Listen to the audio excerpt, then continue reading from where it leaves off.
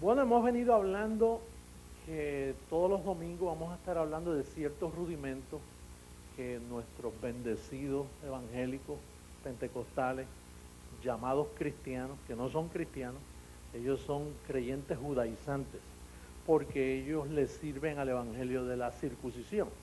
Por lo tanto, el evangelio que se predica fuera de Creciendo en Gracia es el evangelio de la circuncisión. Aquí solamente se predica la incircuncisión y tenemos derecho a llamarnos cristianos. Porque al primer que le llamaron cristiano fue a Pablo, porque Pablo predicaba la incircuncisión. A los discípulos de Jesús de Nazaret, a los apóstoles, nunca le llamaron cristianos. A ellos le llamaban los del camino. Ahora, cuando vieron a Pablo, por primera vez le llamaron a Pablo cristiano. Entonces nosotros tenemos derecho en decir que nosotros somos el único ministerio cristiano alrededor del mundo. No hay otros ministerios cristianos.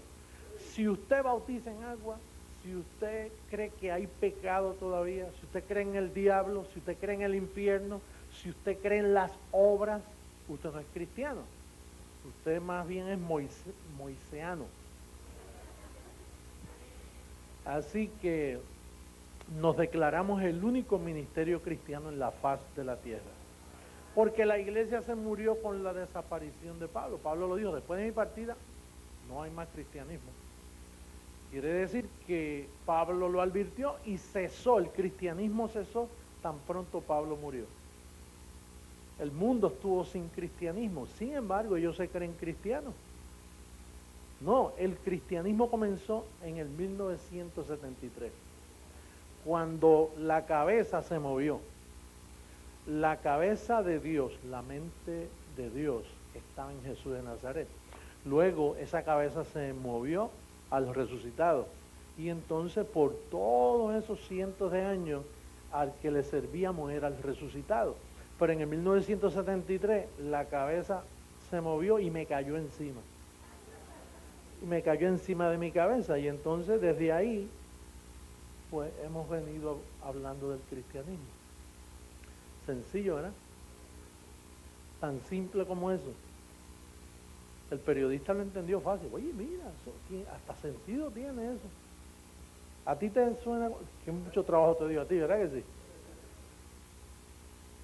De hecho, hay muchos que todavía lo están pensando. No vinieron hoy, lo están pensando. Bueno, entonces, como el obispo de obispo ha estado de viaje, pues yo lo estoy reemplazando. Y hoy vamos a hablar sobre un ministerio que no se ha entendido. No se ha entendido bien y por eso cometen el error de crecer sin la medicina adecuada. Se están alcanzando masas de personas para Jesús de Nazaret, todavía. No para el resucitado, ojalá estuvieran en el resucitado porque le falta un velo nada más, pero todavía para Jesús de Nazaret. Y entonces ellos le llaman, ellos están buscando que todos se arrepientan y vengan al conocimiento del Señor. Vamos a ver segunda carta a los Corintios capítulo 5, versos 18 al 21, para entender cuál debe ser el ministerio correcto.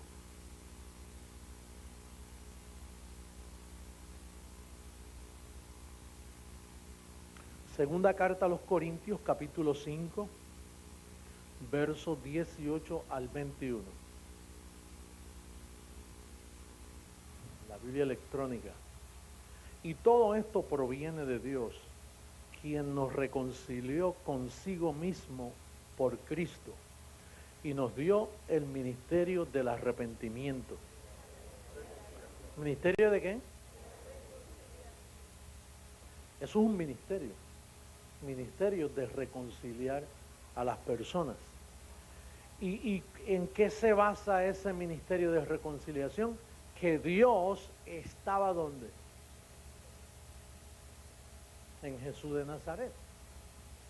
Que Dios estaba en Cristo reconciliando consigo al mundo, no tomándoles en cuenta a los hombres sus pecados y nos encargó a nosotros, Pablo hablando, ¿no? A nosotros la palabra de la reconciliación. Así que somos embajadores en nombre de Cristo, como si Dios rogase por medio de nosotros. Os rogamos en el nombre de Cristo, arrepentíos para con Dios. Reconciliaos con Dios. Al que no conoció pecado, por nosotros lo hizo pecado, para que nosotros fuésemos hechos justicia de Dios en él. Entonces, la iglesia, el ministerio que debe tener para traer vidas, para que la congregación crezca, debe ser un ministerio de reconciliar. No decir arrepiéntete, porque arrepentimiento es en contra de reconciliación. Es bien importante esto que estamos hablando, muy importante, porque aquí depende si tú estás visitando una iglesia o una sinagoga. El apóstol Pedro, por causa de que él le servía al evangelio de la circuncisión, él decía, arrepentíos, decía Pedro, arrepentíos, y dice que lloraba la gente, crujiendo los dientes, se arrepentían, lo hemos matado. Pero entonces, reconciliar no trae ese remordimiento, no trae culpabilidad. Porque reconciliar implica, número uno, ¿con quién me voy a reconciliar? ¿Que yo tuve una relación con él antes para reconciliarme ahora? ¿Sí? Reconciliación pone a pensar a la persona. Si usted le dice a un grupo de personas, reconcíliate con Dios, usted le va a decir, pero ¿qué relación yo tengo con él para reconciliarme con él? Si yo no he peleado con él.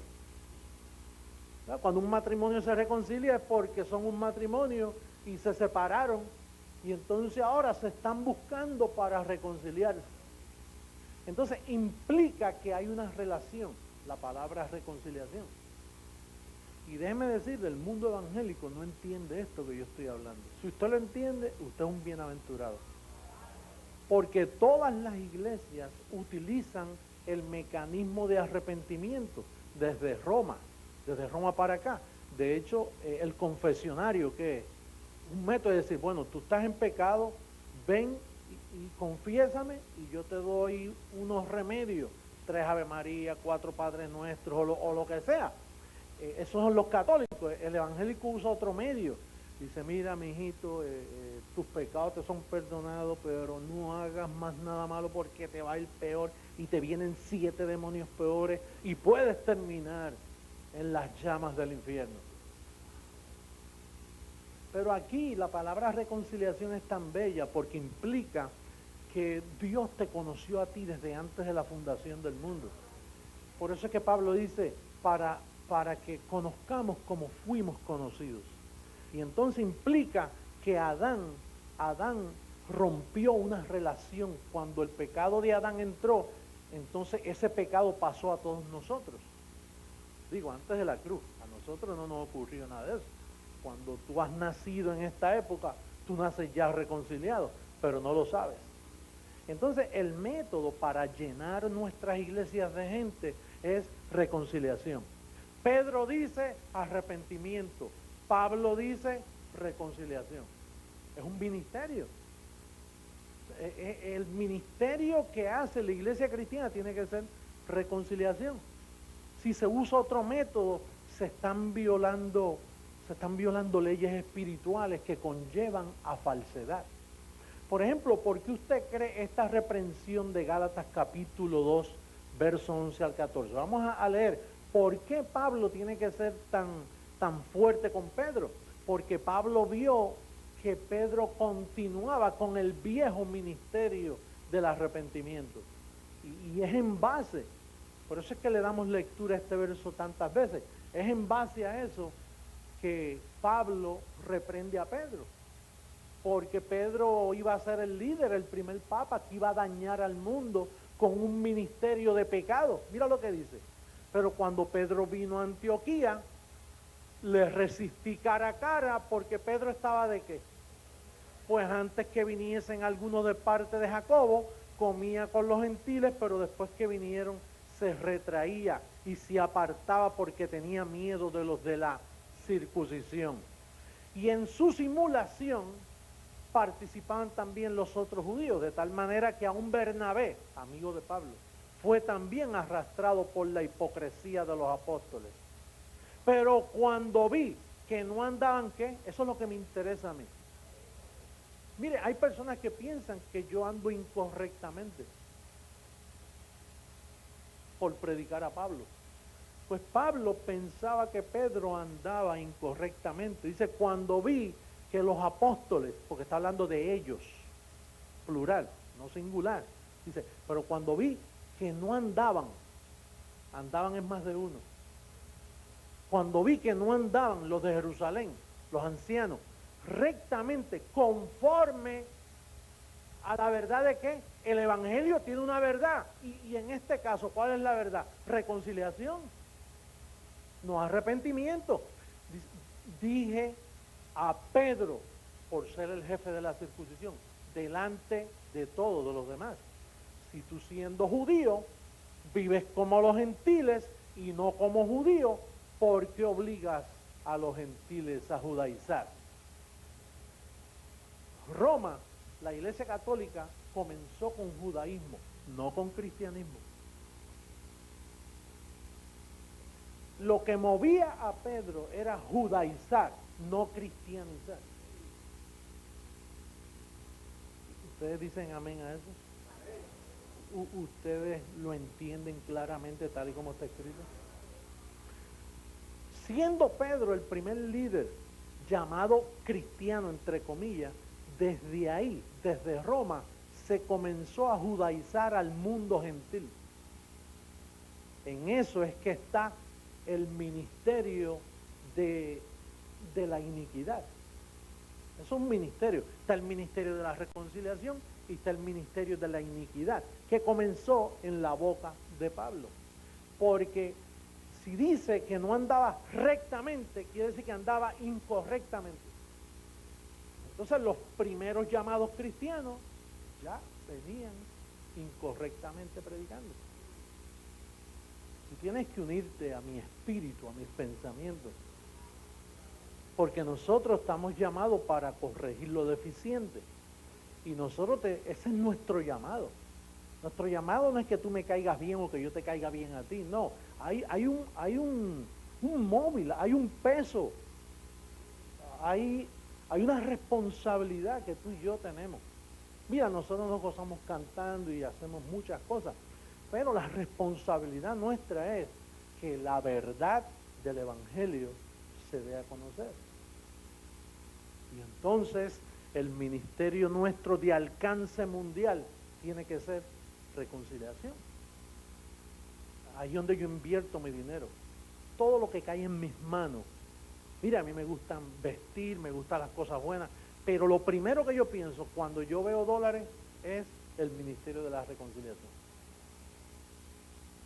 Invertir para que alguien conozca la verdad del Evangelio. Ese es el móvil nuestro, eso es lo que, el peso de este ministerio es que la palabra corra. Ve el símbolo en la pared de las piernitas corriendo.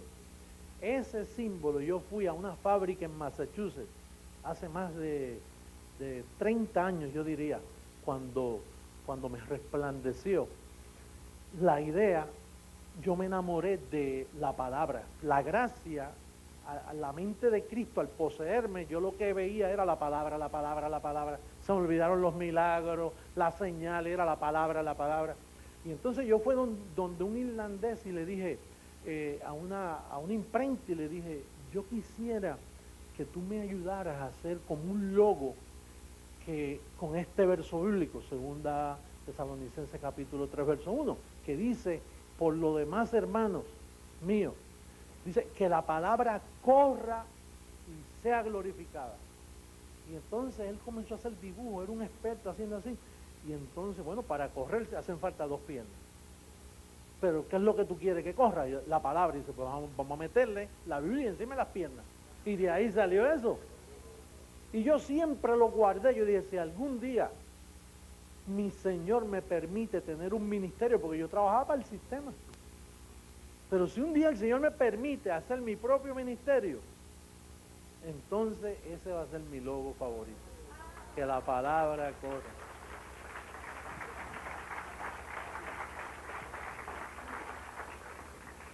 Oye, ¿y cómo ha corrido?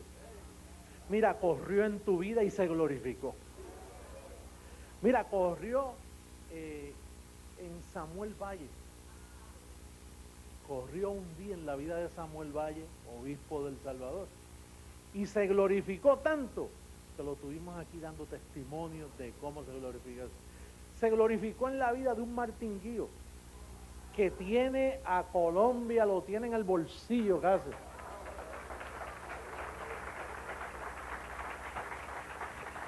Oye, se glorificó en la vida de Eduardo Orellana y tiene Honduras, que Honduras no aguanta ya más, porque está en todas partes arropando. Y se glorificó en una forma que ese hombre, bueno, ese es el gobernador de Honduras. Si está en todas partes, yo no sé qué rincón más de Honduras se puede alcanzar. ¿Tiene cuántas compañías de cable tiene Álvaro? Como 40, imagínate. Quiere decir que ahora mismo me pueden estar viendo allí en Honduras. Oye, la palabra corrió y se glorificó. Pero ¿sabes lo que me alegra a mí? Que ningún ministro en el mundo puede decir lo que yo digo ahora mismo. Corrió correctamente. Sí.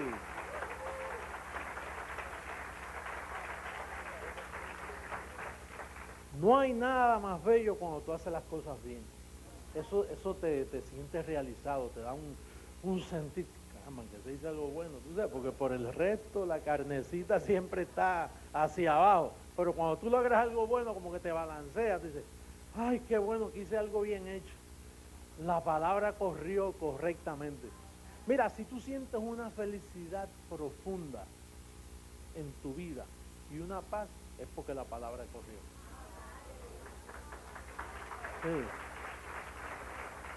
Sí. Y se glorificó en tu vida. Yo antes, cuando estaba en el sistema, yo cantaba un himno que yo como que me quedaba ahogado ahí buscando eso. Dice, en el seno de mi alma hay una dulce quietud, se difunde embargando mi ser, una paz infinita que solo podrán los amados de Dios comprender. Y yo lo cantaba, pero siempre me quedó vacío. Me quedaba vacío porque si la mente no se te llena del conocimiento, el sentir carismático de tu carne, el misticismo que tú posees, porque la carne es mística y religiosa, incurablemente religiosa es nuestra carne. Pero solo cuando llega el ministerio de la reconciliación bien aplicado y tú te sientes que tu relación rota con Dios ya está arreglada, entonces tú tienes una verdadera reconciliación.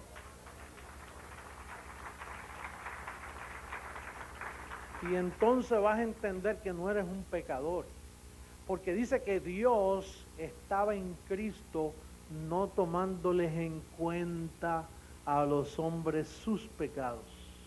¿Quién los toma en cuenta? El sistema religioso te los toma en cuenta. Y te lo dicen, recuerda de dónde Dios te sacó. A mí si me dicen, recuerda de dónde Dios te sacó, si me sacó de sus entrañas, desde antes de la fundación del mundo. De ahí fue que me sacó. Juan, de la circuncisión, Juan, recuerda por tanto de dónde has caído y arrepiéntete. No, si tú no has caído, tú lo que has caído es en las manos de tu Señor. El mundo estuvo en pecado 2000 años atrás, antes de la cruz, pero vino el Cordero de Dios que quita. Y lo quitó, porque murió. Si murió, lo quitó. Si resucitó, te lo aseguró. Entonces no estás en tus pecados. La gente siempre piensa que hay pecado.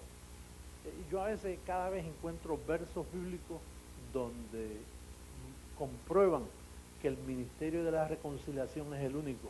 Fíjate, vamos a ver ahí en Romanos capítulo 11, verso 27, mira cómo dice: para alcanzar al mundo correctamente. ¿Qué dice? Y este será mi pacto con ellos cuando yo quite que... ¿Ah? Pero ¿quién dijo eso? Eso lo dijo el profeta. El profeta dijo, todavía no había llegado Jesucristo, y el profeta dice, este será mi pacto con ellos cuando yo quite que... ¿Los quitó, sí o no? Si te los quitó, no te queda nada. Él se los llevó. Lo quitó en un solo día. En un solo día entró y en un solo día se los llevó. Mira cómo dice segunda carta a los Corintios 5:19, donde estuvimos leyendo. Segunda carta a los Corintios, capítulo 5, verso 19. Que Dios estaba en Cristo. Mira, Dios estaba en Cristo reconciliando consigo al mundo. Allí se llevó todos los pecados hace 2000 años. No tomándoles en cuenta a los hombres sus pecados. No el pecado, pero sus. El de Adán y todos los cometidos ahí. A los hombres sus pecados. Y luego dio un ministerio y nos encargó a nosotros la palabra de la reconciliación. Qué pecado cometió Roma, si se le pudiera llamar pecado. Qué desobediencia.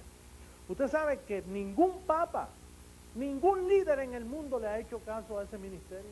Ese ministerio estaba lleno de polvo, de años sin tocar.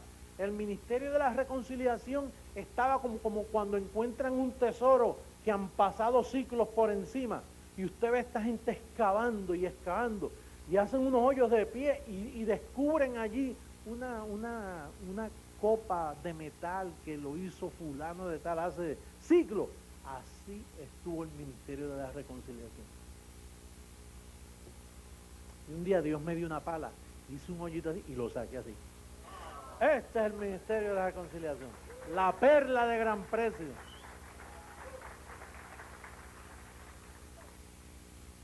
Ese ministerio es un ministerio que ha estado abandonado. Desde el 73 para acá comenzó ese ministerio. Oye, siglos, nadie hablaba de él. Lo mezclaban el amor de Cristo, pero con pecado. El amor de Cristo, pero con arrepentimiento. El amor de Cristo, pero condicional. El amor de Cristo, pero hoy sí y mañana no. Pero el ministerio de la reconciliación nació en mi mente.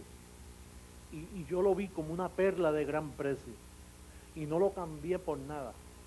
Cuando llegó ese llamamiento a mi vida, yo tengo memoria que Nidia, mi primera esposa, ¿qué te pasa? No te desubiques. Es que es demasiado lindo esto. Porque era difícil, porque yo me entregué a ese ideal.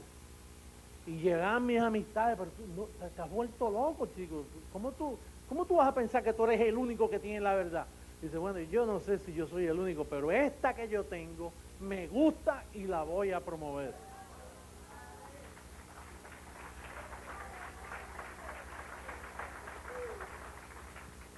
Es más, llegaban gente a mi casa, aun cuando yo no estaba, y trataban de decirle a Nidia, mira, habla con él, porque es imposible, él está en contra de la corriente, todos van hacia acá y él es como el salmón, va en contra de la corriente.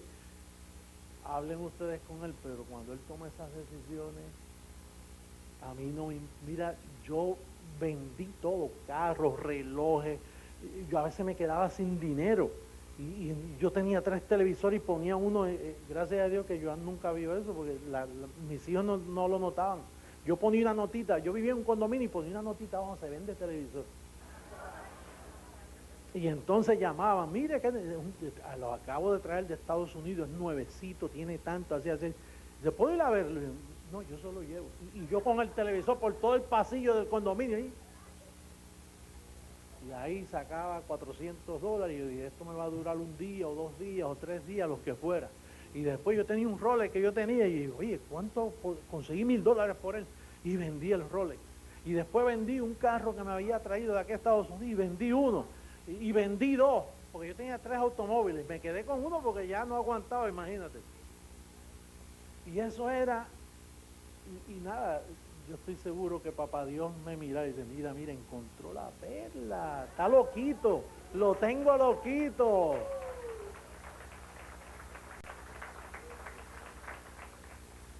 Después lo único que me quedaba era el condominio. Y pues tengo que venderlo también, y lo vendí también. Yo vendía cualquier, bueno, yo soy buen vendedor, recuerda, así que vendía. Qué rico, solo por el ministerio de la reconciliación. Tomaba eso. Cuando uno sacrifica por algo, como que le da más valor, ¿verdad que sí? Pues yo estaba que hacía cualquier cosa. Mami, me iba a lavar platos a un sitio si tenía que hacerlo. Para llevarte a ti la palabra que reconcilia, que te levanta, que te da vida.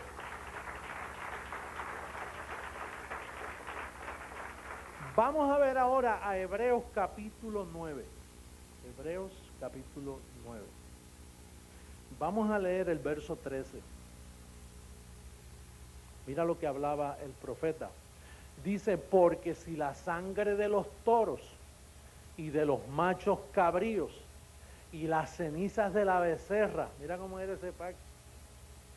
Corazón, los espiritistas siempre están botando sangre, porque es que ellos, los espiritistas de hoy, ellos leen el viejo pacto y de ahí dicen, mira, sangre, uy, como le gusta matar gallinas y sacar y rociar, ¿verdad? Que le gusta eso.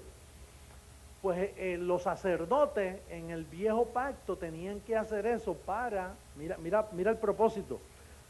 Dice, santifican para la purificación de ¿qué? Ahí no había espíritu. Eso era para purificar la carne. Sigue. ¿Cuánto más la sangre de Cristo, que es lo que se honra en este ministerio? El cual mediante el Espíritu eterno se ofreció a sí mismo sin mancha a Dios, ahí que está, mira, limpiará vuestras conciencias de obras muertas como el ayuno, el sacrificio, Dios mío, y darse golpes de pecho y caminar de rodillas, todas esas obras muertas, para que sirváis al Dios vivo. Oye, ¿tú sabes por qué dice para que sirváis al Dios vivo? Porque proféticamente y predestinadamente, Papá Dios sabía que eso nunca se iba a honrar antes.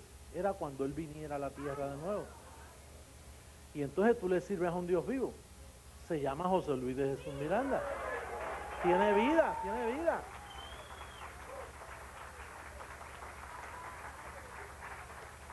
Vamos a seguir leyendo. Dice, así que por eso es ¿qué?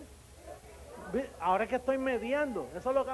mediador de un nuevo pacto, para que interviniendo muerte para la remisión de las transgresiones que había bajo el primer pacto, los llamados reciban la promesa de la herencia, ¿qué?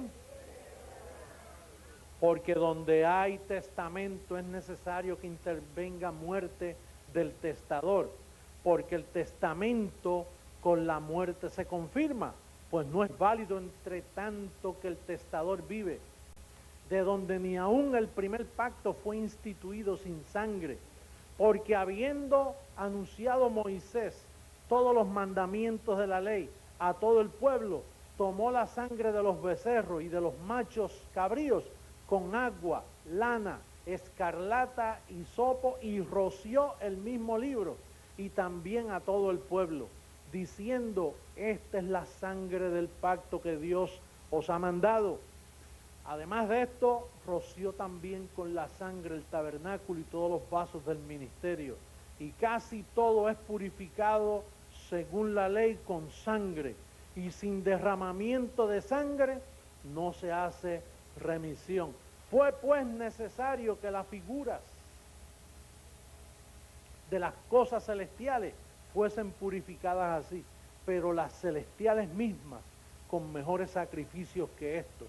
Porque no entró Cristo en el santuario hecho de mano, figura del verdadero, sino en el cielo mismo, para presentarse ahora por nosotros ante Dios.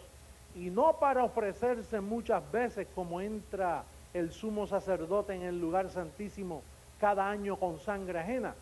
De otra manera, hubiese sido necesario padecer muchas veces desde el principio del mundo. Pero ahora, detente ahí, pero ahora en la consumación de los siglos, eso sucedió hace 2000 años atrás, se presentó una vez para siempre por el sacrificio de sí mismo. ¿Para qué? ¿Para qué? Y para quitar de en medio el pecado. ¿Dónde está el pecado? Lo quitó. ¿Y los evangélicos qué dicen? Que está en medio. ¿Qué predica el cura del pueblo? Pecado.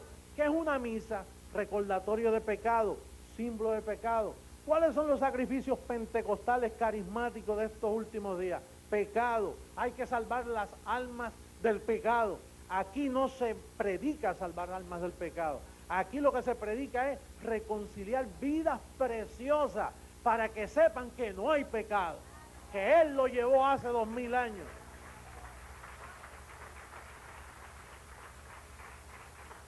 Y de la manera que está establecido para los hombres que mueran una sola vez y después de esto el juicio, así también Cristo fue ofrecido una sola vez para llevar los pecados de muchos y aparecerá por segunda vez sin relación con el pecado para salvar a los que le esperan, para salvar, dale gracias a los que le esperan.